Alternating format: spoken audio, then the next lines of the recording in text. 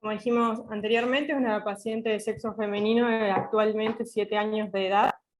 Como antecedentes familiares, el papá tiene una miocardiopatía hipertrófica y es hipertenso, y su abuela paterna tiene antecedentes de poliposis colónica. Esta paciente es oriunda de Santa Fe, que es una provincia de acá de Argentina, y tiene como antecedentes de sus primeros meses de vida un hemangioma infantil. A los 4 meses de vida tuvo un episodio de hemorragia digestiva baja, que fue el primero que tuvo. A los 7 meses tiene como antecedente una invaginación intestinal que fue tratada por desinvaginación neumática. A partir de estos antecedentes, en otra institución en su provincia se le hicieron endoscopías digestivas, donde informaron y diagnosticaron una poliposis juvenil hiperplásica. Además, esta paciente tenía una cardiopatía congénita, interpretada inicialmente como una tetralogía de Fallot, y como consecuencia de su polipomatosis generó una enteropatía perdedora de proteínas, un síndrome acítico edematoso, por lo cual fue derivada a nuestra institución. Esta paciente llega a nuestra institución a los 8 meses de vida, se le hicieron endoscopías altas y bajas, informando los pólipos ya conocidos a partir del duodeno y también en colon y recto. Estos son algunos de los pólipos que podemos ver de características pediculadas y algunos sésiles. Se hizo inicialmente una resección de 8 pólipos que se mandaron a anatomía patológica. Debido a estos hallazgos se le solicitó una enterotomografía que informaron múltiples formaciones nodulares con dependencia a lo largo de todo el intestino delgado, desde la tercera porción del duodeno hasta el ilion inclusive, que variaban en su diámetro de 4 a 14 milímetros. Este paciente tuvo seguimiento multidisciplinario respecto a al servicio de gastroenterología, que le hicieron múltiples endoscopías durante su internación para resección de pólipos, que fueron desde el estómago hasta el recto. Como dijimos, esta paciente desarrolló una enteropatía perdedora de proteínas. Como consecuencia de esta patología de base, la paciente estaba anémica por hemorragias digestivas, y también desarrolló hipoalbuminemias severas, las cuales estas dos alteraciones necesitaron requerimiento de múltiples transfusiones, incluso necesitó transfusiones de glóbulos rojos cada 15 días e infusiones de albúmina cada 24 o 48 horas, con un promedio de albúminas de 1,4. En relación al aspecto quirúrgico, esta paciente al año de vida se le realizó una enteroscopía asistida por laparotomía, que tuvo como complicación un desgarro del mesenterio, que requirió resección intestinal de 10 centímetros y una enteroanastomosis. A los 18 meses de vida tuvo un episodio de invaginación intestinal, que fue resuelto que era iliosecocólica, incluso hasta el sigmoides, que fue resuelto por cirugía, requiriendo colectomía total con anastomosis iliorectal. Esta paciente permaneció internada con requerimientos de nutrición parenteral y, como ya habíamos dicho antes, transfusiones de glóbulos rojos e infusiones de albúmina. Las anatomías patológicas de todas las múltiples resecciones que tuvo, tanto por gastroenterología como las quirúrgicas, informaron siempre pólipos juveniles. Además, esta paciente tenía anomalías asociadas, tenía una CIB mediana y una estenosis valvular pulmonar moderada. Además tenía una macrocefalia y también, como hallazgo en el examen físico, tenía una malformación vascular linfática en la pared torácica. Debido a todos estos antecedentes, se le realizó un estudio genético donde se observó una lesión en el cromosoma 23, el brazo largo del cromosoma 10, perdón, que involucraba los genes PIK10 y BMPR1A. Justina, ¿cuánto tiempo después hice el test genético, después del diagnóstico clínico de los pólipos? Tenía 12 meses, si no me equivoco. Me puede corregir el doctor Lobo. Ahora la doctora Busoni, que es la médica gastroenteróloga de cabecera, cuando haga su comentario nos puede aclarar mejor, pero fue un estudio que se hizo en forma tardía, o sea, en general nosotros tenemos aquí todavía el manejo, digamos, de los pacientes con poliposis en la infancia se hace básicamente desde el punto de vista clínico y con anatomía patológica, y en este caso se buscó hacer el estudio molecular, un poco buscando alguna vía de tratamiento alternativa ante la dificultad con el manejo, con las polipectomías y demás. Pero ahora la doctora Busoni eso lo puede aclarar mejor. Pero Sí, era una paciente que tenía ya más de un año seguro. yo pregunto porque el test genético para DNR1 es más de los últimos años, ¿no? Entonces, por eso pregunté el tiempo entre el diagnóstico clínico, que es más importante sin duda, ¿no? Y el diagnóstico genético. Sí. Bien. Bien, una vez obtenido esta alteración, este resultado genético, y con los hallazgos de la poliposis juvenil y las malformaciones asociadas como la cardiopatía y su macrocefalia, y como consecuencia de todo esto, su enteropatía perdedora de proteínas y de sus múltiples requerimientos transfusionales, se realizaron interconsultas al exterior en pos de buscar un tratamiento que le ayude a esta paciente que no estaba evolucionando favorablemente. Luego de estas interconsultas y de una intensa búsqueda, digamos, bibliográficas, se decidió el inicio de tratamiento con sirolimus, con el objetivo de disminuir la proliferación de estos pólipos intestinales, y por qué no de favorecer también a la involución de los mismos, sabiendo que esto es un tratamiento más que nada del pólipo, porque su enfermedad de base es una alteración genética, digamos. Acá podemos ver la evolución de la paciente una vez iniciado el tratamiento con sirolimus. En la parte a su izquierda podemos ver las endoscopías y los múltiples pólipos que tenía antes del inicio del tratamiento, y a la derecha podemos ver, la verdad, que un resultado favorable con una importante disminución en la cantidad de pólipos. Eso por ahí lo podemos ver reflejados en este gráfico, que esto nos muestra más que nada cuántos pólipos se han visto desde el estómago hasta su ilio recto. Recordemos que esta paciente tuvo una colectomía, con una disminución importante. A nivel ileal principalmente, llegó a tener hasta 70, 90 pólipos, más todos los que tenía acumulado en duodeno, con un promedio de 30 aproximadamente, hasta tener una importante disminución en la cantidad de los mismos. Incluso esta disminución en su número de pólipos se vio reflejado también en sus valores de hematocrito, donde vemos que tenía valores de hematocritos muy bajos, llegando a normalizarse, como vemos acá en la tabla, y del valor de albúmina, que habíamos comentado que requería infusiones de albúmina cada 24 o 48 horas. Esta paciente evolucionó muy bien, su última evaluación endoscópica fue en noviembre del 2020, mejoró su desarrollo pondoestatural, no requirió transfusiones o infusiones de albúmina desde el año 2017, y su última internación ha sido en abril de este año por una neumonía con un dosaje de inmunoglobulinas en valores normales. Se publicó este paciente, este caso clínico, en el Pediatrics en agosto del 2019, donde, reportando el tratamiento exitoso de la poliposis juvenil con sirolimus. Caso muy interesante, Agustina y doctor Lobo, excelente. A mí me gustaría tener la opinión de nuestro genetista, doctor De Nicola. Por favor, Pablo.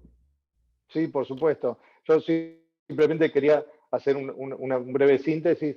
Esta fue una paciente muy grave que empezó con sus síntomas muy pequeña y que realmente requirió múltiples polipectomías. Todas las endoscopías realmente eran bastante angustiantes porque uno encontraba cada vez más pólipos en cada endoscopía que se hacía, y llegamos incluso en 2 ocasiones a intervenirla quirúrgicamente, llegando incluso a una colectomía, y sin poder controlar la enfermedad.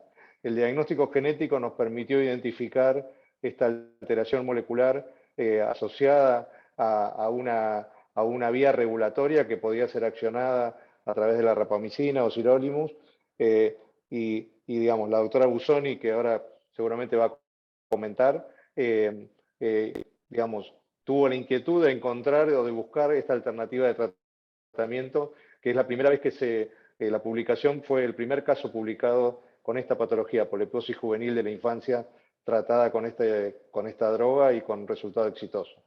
Así que sí, por favor, doctor Nicola, con gusto. Está con nosotros también la doctora Laura García de Rosa, que es la genetista de nuestro equipo, que también por ahí puede comentar enseguida. Nicola. Bom, boa tarde a todos. Belíssimo. Buenas tardes a todos. Es un caso bellísimo. Es un caso muy raro también, porque estamos ahí adelante de una síndrome de poliposis juvenil de la infancia, de la niñez. La síndrome de poliposis juvenil ya es una condición rara que lleva a la presencia de múltiples pólipos con patrones citológicos juveniles que se causan por mutación en 2 genes, el BMP, el 1A, y el SMAD4. Ahora, esta condición es una condición que es más compleja que el síndrome de poliposis juvenil. La síndrome de poliposis juvenil de la infancia o infantil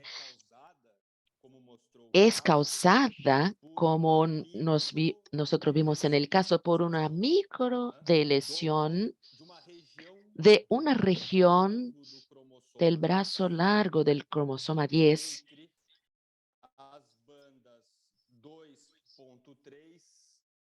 entre las bandas 2.3 y 3.2 del brazo largo del cromosoma 10, en la cual están en esta región 2 genes, el BP, BMPR1A y también más allá de otros genes. Entonces, esta síndrome de la poliposis juvenil de la infancia es una síndrome de genes continuos. O sea, es un síndrome que se causa por la delección de 2 o más genes. Y también el BMPR1A, que causa la síndrome de la poliposis juvenil en la infancia, Que causa, como todos nós sabemos, también causa, como todos nosotros sabemos, el síndrome de Calben, el síndrome de Banayan, Gillen, Rubalcaba, el síndrome de Proteus. Entonces, es un síndrome de poliposis anatomatosis. O sea, es un cuadro más complejo que una sencilla de lo que sería el síndrome de poliposis juvenil.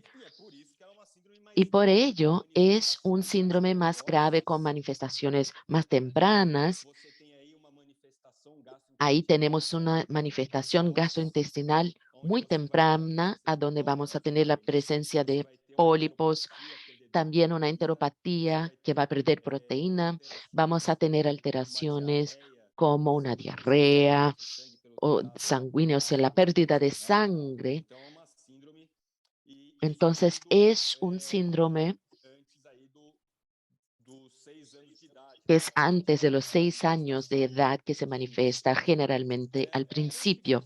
Del punto de vista genético, esta microdeleción se pasa porque tienes regiones de copias que están esparcidas a lo largo de la región y que van a provocar un fenómeno que llamamos de crossing over desigual a lo largo de la gametogénesis, haciendo entonces con que usted tenga la pérdida de esta región en uno de los cromosomas número 10 que van a generar un gameta. Entonces ahí tenemos regiones de complementariedad, de repeticiones homólogas entre las cromátides hermanas que van a llevar a un fenómeno que se llama crossing over desigual, que va a llevar a esta microdelección. Entonces estamos ahí adelante de un caso. Perdón, perdió la señal.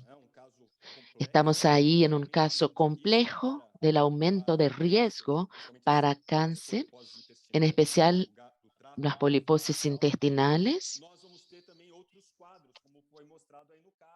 Y vamos a tener también otros casos, como se enseñó ahí, casos dismórficos, cuando el niño va a tener una macrocefalia, puede tener una cardiopatía congénita, el niño puede tener un hemangioblastoma del sistema nervioso central, como un síndrome, puede tener un retraso, un comprometimiento en su desarrollo neurológico, también llevando a un retraso del desarrollo psicomotor, también puede tener alguna deficiencia intelectual, puede tener convulsiones. Es un síndrome que es muy complejo y también es un niño que sin duda es un niño que va a necesitar cuidados multiprofesionales de la parte de oncología, de la pediatría, de la neuropediatría, también de hemato, de genética, con cirujones, o sea, es un niño que va a necesitar una atención especial multidisciplinaria. Gracias, doctor. Verónica, ¿estás por ahí? ¿Querés hacer un comentario del caso, un poco del camino hasta llegar a este tratamiento? ¿Qué tal? Buenas tardes a todos. Gracias por la invitación y la posibilidad de poder presentar este caso. La verdad que fue muy desafiante para nosotros. Como decía Pablo, bueno, arrancó a los 4 meses con el primer episodio de hemorragia digestiva, que en una paciente de esa edad uno empieza pensando otras causas del sangrado, como puede ser alergias, y bueno, finalmente la primera endoscopia se hizo un poco más adelante.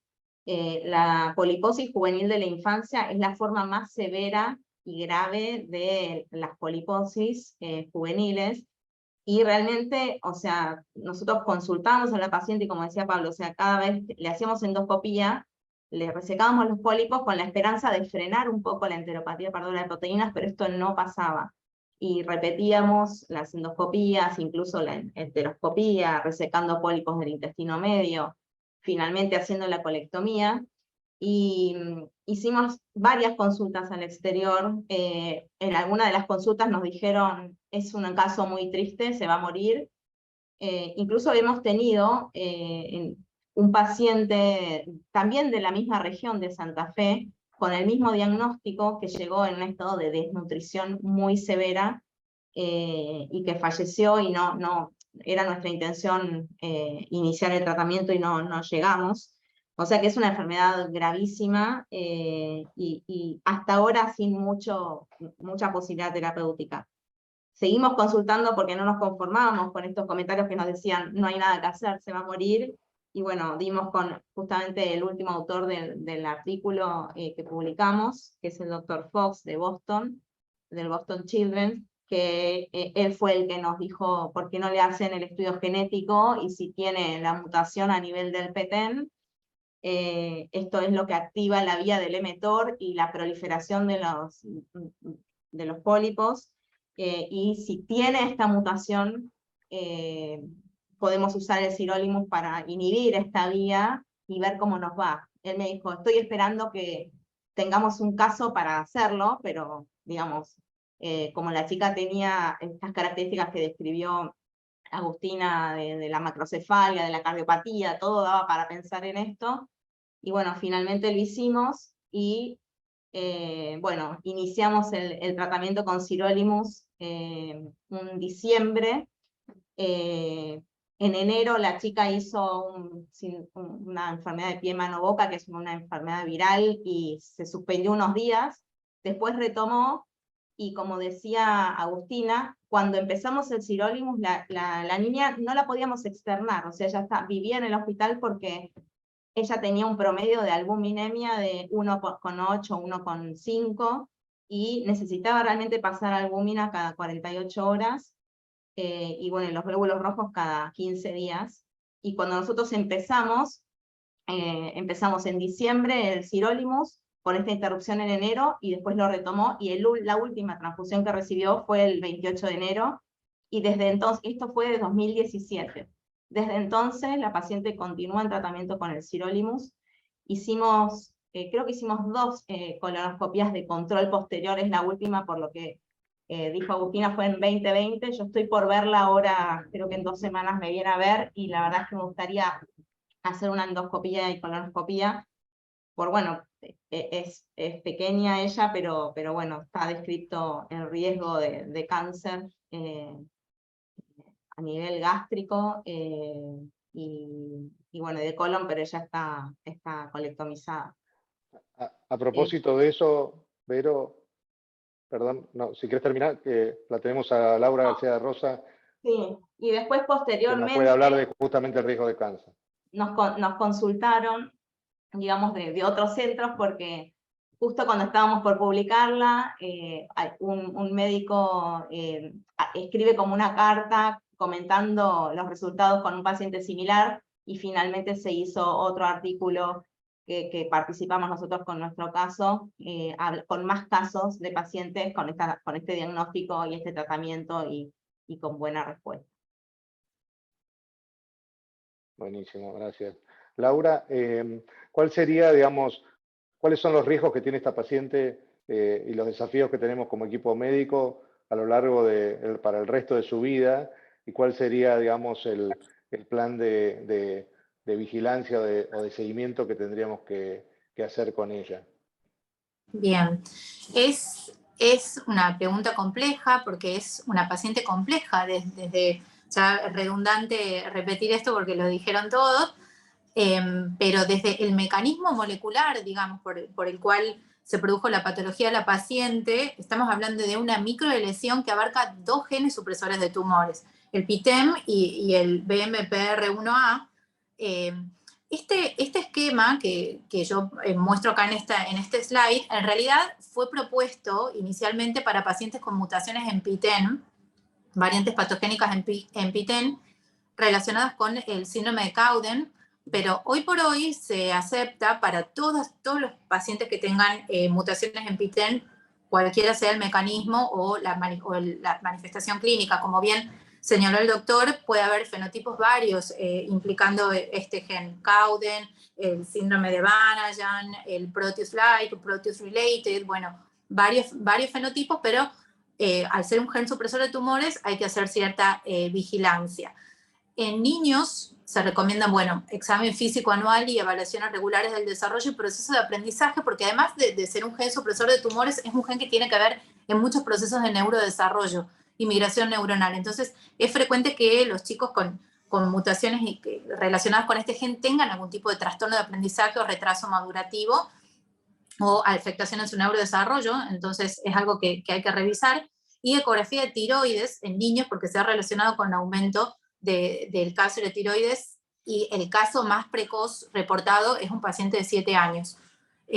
Por lo tanto, se recomienda que la vigilancia sea en la infancia para niños. Y después, a partir de edades adultas, se agregan otros riesgos. No me voy a detener en cada una de estas cosas para no aburrirlos, pero se relaciona con alto riesgo de cáncer de mama, 50% de penetrancia a los 50 años para cáncer de mama tiene este gen, 34% para cáncer de riñón, 28% para cáncer de endometrio. Entonces, toda la vigilancia está orientada a pesquisa precoz de este tipo de patologías, ¿no? Cáncer de mama, cáncer, ecografías renales, colonoscopías. no es que aumenta tantísimo como en un principio se creyó el riesgo de cáncer de colon, pero sí hay reportes de un 10% de incidencia en pacientes a los 40 años. Y otra cosa importante que ahora se lo incluyó dentro de las guías para considerar mastectomías. Vieron que a medida que van apareciendo guías de seguimiento, se van agregando genes que ya tienen una fuerte indicación de procedimientos quirúrgicos para, digamos, extraer el órgano, y bueno, se lo consideró a este gen ya como una indicación, obviamente a criterio del paciente, de mastectomía. Así que esto era para ilustrarles un poco lo complejo que es y que esto requiere una vigilancia de por vida en esta paciente. Y otra cosa que también quería señalar, que lo nombraron, así como que habría que indagar un poco más, que tiene ciertos antecedentes familiares. Esta nena creo que tenía un papá con una cardiopatía y una abuela paterna también con una poliposis, lo nombraron en los antecedentes. También que si uno piensa que es un mecanismo por una alteración genómica, las alteraciones genómicas, algunas pueden ser hereditarias, digamos, y otras no, la gran mayoría no, pero son antecedentes que me llamaron la atención a mí como para investigar, eventualmente poder hacer estudios en la familia y poder ver si tenemos otros familiares en riesgo. Si mal no recuerdo, la abuela le habían resecado 2 pólipos, pero no tenía una poliposis. Así franca. Tal cual. Bien, eso no tenía muchos datos de estos antecedentes, pero me pareció como importante tomarlo. Normalmente, esses casos, Normalmente estos casos son casos nuevos, no son casos heredados, justo por la gravedad de estos casos, ¿no? Entonces es un síndrome tan grave, tan complejo, que normalmente estos individuos no van a llegar a la fase reproductiva para que ellos puedan hasta generar descendientes que puedan heredar esta microdeleción. Entonces, estas microdeleciones son nuevas, son microdeleciones de nuevo que vienen a causa justo de este fenómeno que ocurre a lo largo de la meiosis, que es el crossing over desigual, porque tenemos regiones alrededor de estos dos genes, tanto del DNPR1A y el PTEN. Es así, totalmente. Sí. Pero sin embargo, como no hay tantos pacientes reportados y puede haber cierta variabilidad fenotípica en la presentación, por eso dije, las alteraciones genómicas por lo general no son hereditarias por el mecanismo que las produce, pero me pareció interesante porque es como raro pensar justo en esta patología que involucre un padre con cardiopatía, una abuela con poliposis. Era como me parece que hay que indagar siempre sobre los antecedentes familiares, porque puede haber variabilidad de fenotipos al no haber tantísimos pacientes reportados al respecto, son más bien pocos los casos. Entonces es como, me parece importante señalarlo. Bueno, gracias Laura. No, de nada. ¿Algún comentario del resto de la audiencia? Me gustaría tener tiempo para poder discutir el otro caso, pero si hay alguna pregunta o comentario. Doctor Lobos, felicitaciones por la presentación, un caso muy interesante, complejo, con múltiples prismas de análisis, entonces es muy interesante desde el punto de vista genético, pediátrico, quirúrgico, y pienso que va a ser muy interesante tener esta presentación grabada, incluso con la identificación ahí de la publicación, ¿no?, que tiene ahí para la respuesta de la droga de Target, ¿no? Entonces, felicitaciones. ¿Se quiere presentar el segundo caso? Pienso Dale, que tenemos perfecto. ahí 25 minutos de reunión. Perfecto. Vamos, Agustín, entonces. Bueno, la segunda paciente también es de sexo femenino, tiene actualmente 33 años. Esta paciente se empezó a seguir en otra institución acá en Buenos Aires. A los 4 años de edad tuvo un primer episodio de hematoquesia, de hemorragia digestiva baja aislado. A los 6 años se le hizo el diagnóstico de una poliposis juvenil con compromiso colónico predominantemente, por lo cual se le hizo una colectomía total con anastomosis iliorectal. Posteriormente se le hicieron por vía endoscópica polipectomías a nivel de estómago, duodeno, yeyuno, ilion y recto, donde las anatomías patológicas informaron pólipos hiperplásicos, pólipos de retención juvenil, algunos con cambios adenomatosos, adenomas y displasia de bajo grado también. En el año 2003, en el contexto de un estudio contrastado de intestino delgado, se observó una imagen radiopaca a nivel de la base del pulmón derecho, por lo cual empezó estudios por esa lesión.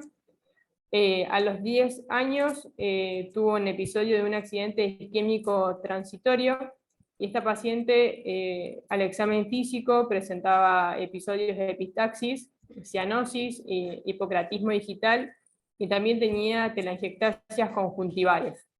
Esta paciente se empezó a seguir en nuestro hospital a partir del año 2004. Por todos estos antecedentes se le hizo inicialmente un estudio genético observando una alteración en el GET SMAD4 a nivel de localizado en la banda 21 del brazo largo del cromosoma 18, que es un trastorno autosómico dominante. La verdad que no voy a entrar en mucho más detalles de esto porque lo sabrán más ustedes que yo. Así que vamos a seguir con sus aspectos gastroenterológicos y quirúrgicos. Esta paciente se realizó videoendoscopías altas y colonoscopías anuales, donde los hallazgos de los mismos fueron pólipos de tipo amartomatosos juveniles. Tenía múltiples pólipos intestinales de aspectos sésiles y pediculados, a los cuales se le hicieron polipectomías. También se observaron telangiectasias gastroduodenales, que fueron en aumento con el correr de los años, que fueron tratadas con plasma argón. Las anatomías patológicas informaron también adenomas con displasia de bajo grado, y la última endoscopía y colonoscopía que se hizo en julio de este año informa a nivel de duodeno un adenoma amartomatoso con displasia de alto grado, y a nivel rectal un adenocarcinoma poco diferenciado con células en anillo con expresión antigénica conservada.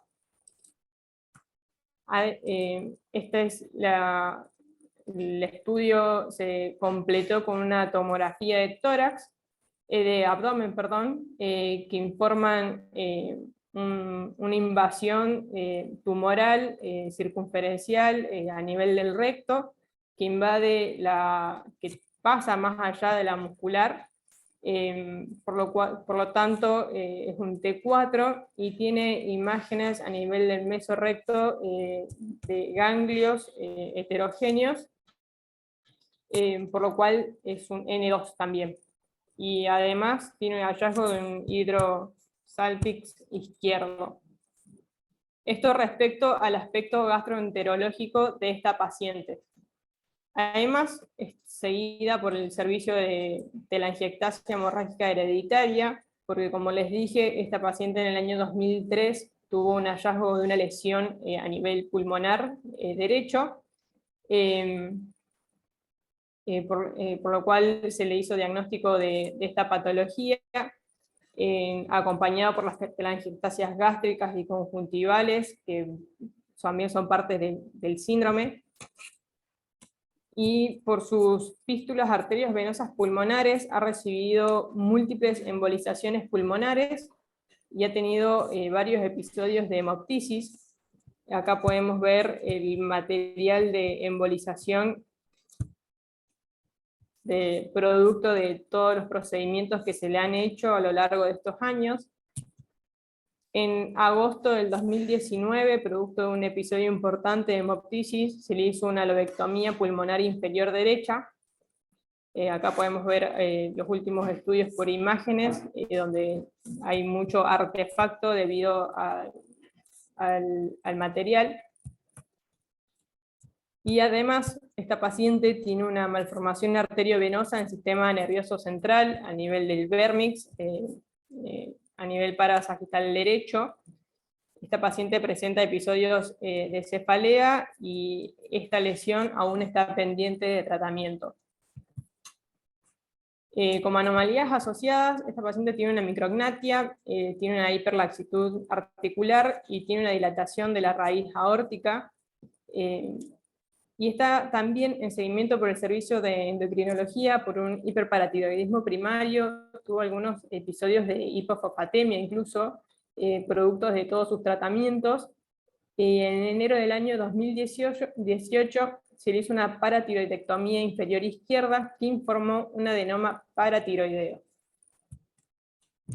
Entonces, como resumen, esta paciente tiene una alteración genética a nivel del SMAD4 que presenta como un síndrome de superposición donde tenemos las telangiectasias hereditarias con fístulas arteriovenosas pulmonares, tiene telangiectasias a nivel gastrointestinal y a nivel de ORL porque tiene epistaxis, tiene una malformación arteriovenosa cerebral, además una poliposis juvenil, de los cuales una evolucionó hacia un adenocarcinoma rectal, y también presenta micrognatia e hiperlaxitud como parte de este síndrome. Y como para destacar que si bien por ahí no está relacionada a esta alteración genética, además tiene su adenoma paratiroideo. Actualmente, producto de sus epistaxis y su hemorragia digestiva, presenta una anemia crónica, ha tenido episodios de parestesias hemifaciales izquierdas. La última endoscopía fue la de julio de este año, donde se le hizo el diagnóstico del adenocarcinoma, y ya empezó tratamiento oncológico neoadyuvante con quimioterapia y radioterapia. Bueno, gracias Agustina. Como verán, es un caso, por lo menos para nosotros, cirujanos y médicos pediatras, interesante por ver un poco qué es lo que pasa en la transición a la adultez con este tipo de problemas crónicos y cómo se van agregando nuevos diagnósticos. Y bueno, por otro lado, es una paciente que ha tenido un seguimiento desde la infancia, en el cual ha sido siempre muy prolija en el cumplimiento del seguimiento, pero creo que de alguna manera la pandemia y el aislamiento seguramente ha tenido un impacto en el diagnóstico de este tumor de recto, que obviamente es la situación muy seria actual. Está la doctora María González, que es médica endoscopista y gastroenteróloga, que sigue a esta niña o esta paciente adulta ya desde el punto de vista digestivo, y el doctor Marcelo Serra, que es el coordinador de la unidad de práctica integrada de la hemorragia telangiectasia hereditaria en nuestro hospital, y que ha seguido también todo el aspecto clínico y general de esta patología. Así que si quieren hacer un comentario, luego lo abrimos a la discusión y al comentario seguramente del doctor Nicola también. Otro caso muy interesante, ¿no, doctor Lobos? Y tienes razón, yo pienso que este diagnóstico de un tumor de recto avanzado en este punto será un desafío ahí para control, ¿no? Doctor De Nicola, ¿quiere hacer algún comentario? Eu gostaria sim. Sí, me gustaría. Me gustaría saber cuál fue la alteración cromosómica, el cambio cromosómico que ustedes encontraron en la paciente. Marcelo, vos pues, tenés más información de esto. Yo la verdad que mucho más que lo que pusimos ahí no. No escuché bien la pregunta, si la podría repetir. ¿Cuál fue la alteración cromosómica que se encontró, digamos, si tenéis información de la alteración cromosómica específica? Específica la tengo en algún sitio, sí, seguro dio una variante genética patogénica en el gen de SMAD4, bien asociada a la enfermedad, y por eso, digamos, con los criterios clínicos ya estaba más que definida la asociación entre HHT y poliposis juvenil, pero luego al establecer el diagnóstico genético sí encontramos una variante patogénica en SMAD4. No sé si interesaba específicamente cuál era la mutación específica o si quería saber si había confirmación del SMAD4 mutado. Não, seria a mutação. Então, é a presença de uma No, me variante. gustaría saber la presencia de una variante en el gen SMAD4. ¿Sí? Entonces, este es otro caso muy interesante también. Ahí de una telangiectasia hemorrágica hereditaria asociada al síndrome de poliposis juvenil causado por variante patogénica en el gen SMAD4. Entonces tenemos ahí la presencia de manifestaciones colónicas, gastrointestinales, la presencia de una poliposis con patrones histológicos juveniles en el tracto gastrointestinal, pero también tenemos manifestaciones arteriales, arteriovenosas, como las telangiectasias, y ahí llevando a epistaxis, que es una de las manifestaciones clínicas más comunes y que ya ocurren en la niñez, epistaxis, y también tenemos la presencia de telangiectasias, las malformaciones arteriovenosas, principalmente en los pulmones. También se puede tener malformaciones arteriovenosas que van a comprometer el sistema nervioso central. O sea, tenemos un cuadro de telangiectasias hemorrágicas. Es otro cuadro muy interesante que no vemos todos los días. Realmente son dos casos que tienen que ser informados en la literatura. Y lo que me gustaría comentar también, que es muy interesante, es que este caso, el niño abre el cuadro con un síndrome de poliposis. Entonces, lo que se hizo muy probablemente ya fue un panel genético, o sea, un panel multigénico específico para cáncer, un panel para cáncer hereditario. Entonces, es posible encontrar las variantes patogénicas en algunos de estos genes, en el caso aquí, el SMAD4. En el primer caso, el niño no abre el cuadro clínico con un cáncer, con un poliposis, pero sí con una otra manifestación que es el retraso en el desarrollo, son las malformaciones, son las dismorfias y probablemente el camino que llevó al diagnóstico del síndrome de poliposis juvenil de la infancia también fue un camino que probablemente se empezó con la solicitación de un cariótipo con bandas G para aislar las anomalías cromosómicas habituales o alguna alteración cromosómica grosera. Caso es normal este examen, si vuelve normal el examen, el segundo que se solicitó fue el microarray. Entonces, por ello, probablemente el diagnóstico del primer paciente fue detectado en microarray, a donde se enseñó la microdeleción del cromosoma 10, como ya hablamos. Y entonces, ahora este caso no. Este caso, el niño ya abre probablemente su cuadro clínico con la poliposis y ahí ya ustedes solicitan el panel para cáncer hereditario. Entonces, son dos niños jóvenes.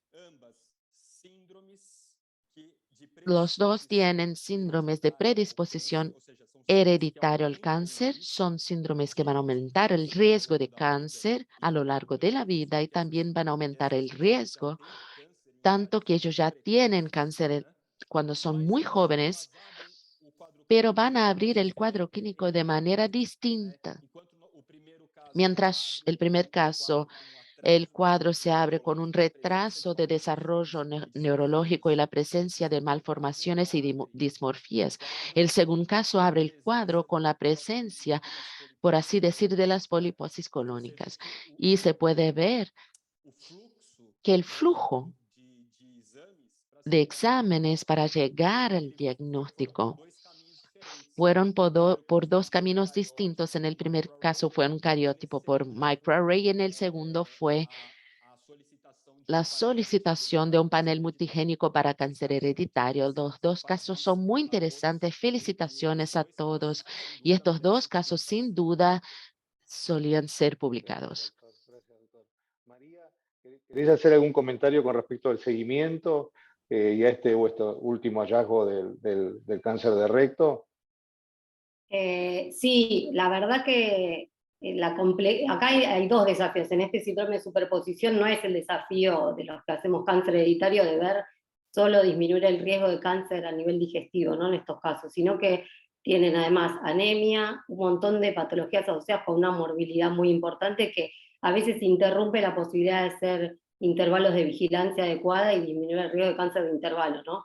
De hecho, en este caso, puede ser que un poco la pandemia haya ayudado, pero fue justo en el medio cuando tuvimos que decidir diferir un poco los estudios endoscópicos, priorizando el tratamiento de la malformación vascular pulmonar que tenía riesgo de vida, ¿no? Entonces es estar todo el tiempo eligiendo cuál es la intervención que menos o que más rédito nos puede llegar a dar. Y en estos casos, ahí, como bien pusieron, es otro desafío importante, más allá del riesgo oncológico, es el riesgo de una anemia severa que no solo está dado por las telangiectasias múltiples, como es el caso de ella, la enfermedad, yo tengo la sensación que en el último tiempo hizo una agresividad, no solo desde el punto de vista oncológico, sino vascular, ¿no? De la neovascularización que tuvo a nivel de todo el tracto digestivo, porque hasta ese momento no había requerido tratamiento sistémico, si veníamos manejándolo endoscópicamente o con reposición, que es lo que está recomendado en los pacientes con HHT. No habíamos llegado todavía a tener la indicación de algún tratamiento sistémico. Pero bueno, en el último tiempo se hizo una enfermedad muy agresiva desde los dos síndromes, ¿no? Desde las series que tenemos nosotros en seguimiento vemos habitualmente dos fenotipos. Uno es más a predominio proximal, y sí tenemos pacientes operados, gastrectomizados por displasia en las lesiones gástricas, que en general hacen una progresión desde el cuerpo hacia el antro, hasta que se hacen inmanejables endoscópicamente desde el punto de vista de la vigilancia o del sangrado digestivo. Y después tenemos algunos fenotipos más distales, como el caso de esta paciente, que en realidad ella ya tenía una colectomía, bueno, vos Pablo la conocés bien, tenía una colectomía previa, y terminó evolucionando hacia un fenotipo más difuso, porque el desafío ahora no solo el tratamiento del cáncer que tiene, que es un cáncer también muy agresivo, con mucho contenido mucinoso, mucha mucosecreción, como se ve en la resonancia que se vio ahí en la presentación, bien claro, es una imagen bastante llamativa, sino que también nos queda resolver los pólipos que tienen el duodeno.